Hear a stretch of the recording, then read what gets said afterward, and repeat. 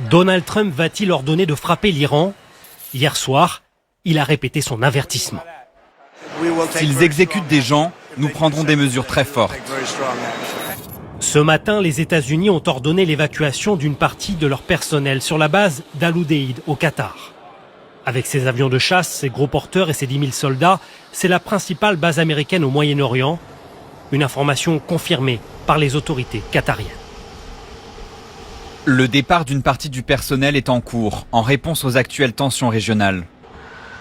L'Iran avait ciblé cette base en juin dernier, en réponse aux bombardements américains sur ses installations nucléaires. À l'époque, les États-Unis avaient déjà pris soin d'évacuer une partie de leurs troupes. Sur ces images satellites, on voit à gauche les avions américains quelques jours avant les frappes. À droite, la base semble déserte le jour de l'opération. D'autres options que les frappes aériennes sont étudiées par le Pentagone, comme celle d'une cyberattaque de grande ampleur ciblant le pouvoir iranien.